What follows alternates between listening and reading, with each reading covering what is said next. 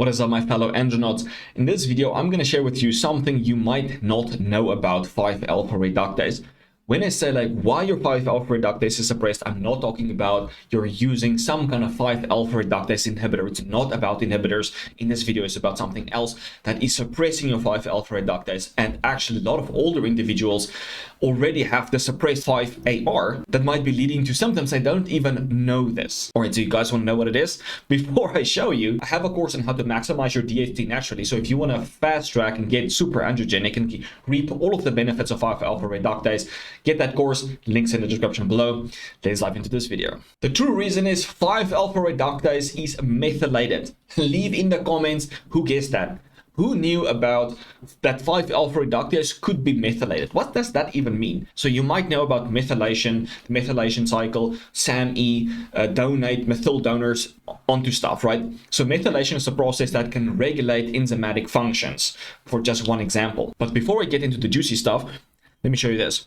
This study found that about 33% of benign human prostate tissue from surgical specimens contain methylated 5-alpha reductase genes.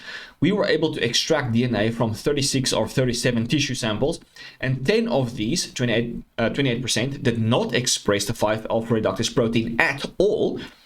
And then in total, 72% had methylated 5-AR promoter regions.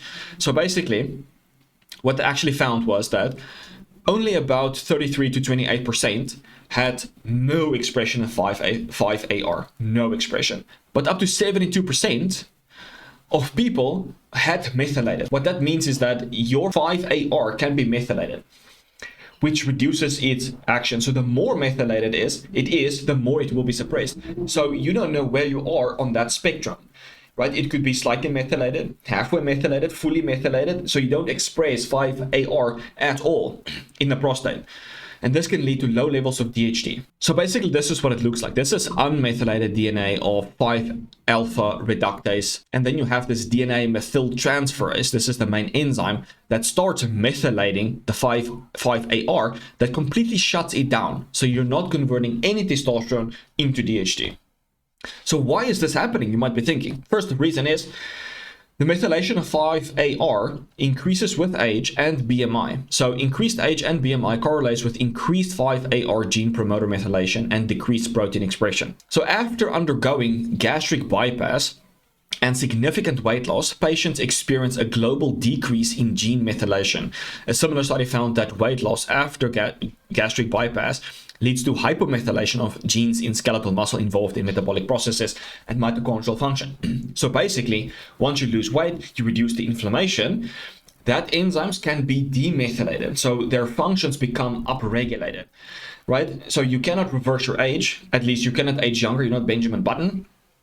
But you can make your biological age younger, and you can lose weight, you can reduce your inflammation. And that will help to reactivate your 5-alpha reductase. So do not feel hopeless that there's nothing you can do about it. There's absolutely stuff that you can do about it. So why is this happening? Why is hypermethylation happening? So first of all, tumor necrosis factor alpha, TNF-alpha, and interleukin 6, these are inflammatory cytokines.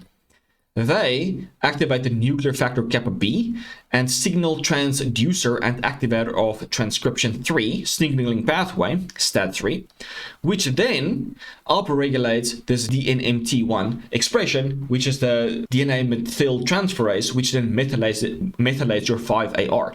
So basically, if you keep TNF-alpha and interleukin 6 low, DNMT will also be low, and you will not be methylating your 5-alpha reductase enzyme. So when 5-AR is deficient, then there is an increase in levels of aromatase and phosphorylated estrogen receptor alpha. So basically the estrogen receptor becomes more sensitive. So you have more estrogen and stronger estrogen signaling when 5-AR becomes deficient. The study found that our findings of elevated aromatase estrogen receptor alpha levels in samples lacking 5-AR expression suggest an androgenic to estrogenic switch that modulates prostatic growth, right? So inhibiting aromatase has a much better effect on prostate health than inhibiting 5-alpha reductase. And actually inhibiting 5-alpha reductase increases the risk of very aggressive prostate cancer. Not a good thing.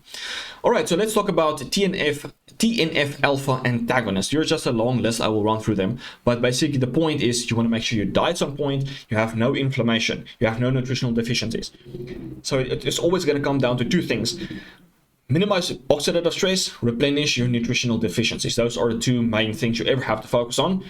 But those can be complicated because you have to figure out where's that oxidative stress coming from and which specific micronutrient deficiency you have and why. Is it just because your diet is suboptimal? Is it because you're not absorbing the nutrients? Is it because you have a genetic defect so you need more of a specific nutrient, right? So yes, I talk about only two things, but based on those two things, it can be a lot more complicated. All right, so we have andrographis, luteolin, magnesium, zinc, vitamin D, chromium, choline, exercise, PQQ, curcumin, EGCG, cinnamon or sodium benzoate, black cumin seed oil, rooibos, carob, nicotinamide, riboside, NAD, kombucha, lactic acid, and hops.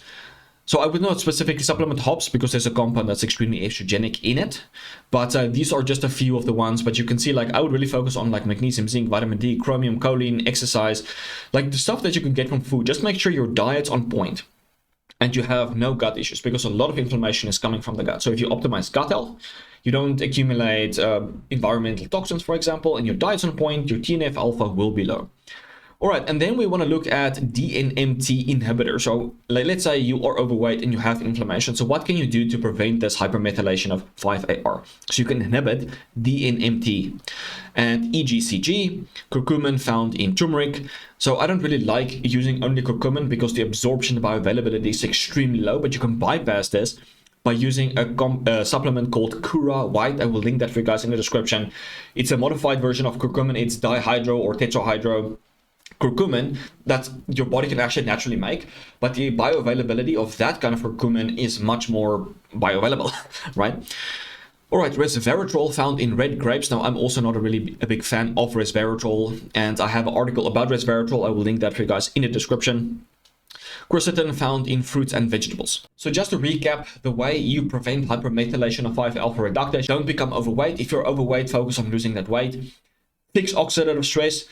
Get rid of every cause that might be causing inflammation, and then make sure you eat a nutrient-dense diet that covers all of the micronutrients. So all of the things that I discuss how to do, how to maximize your 5-alpha reductase, how to maximize your DHT is in my DHT course. Links in the description if you want to fast-track things and maximize your DHT. So I hope you learned something new. If you did, please share this video with other people as well. And I will check you in the next one. Cheers, guys.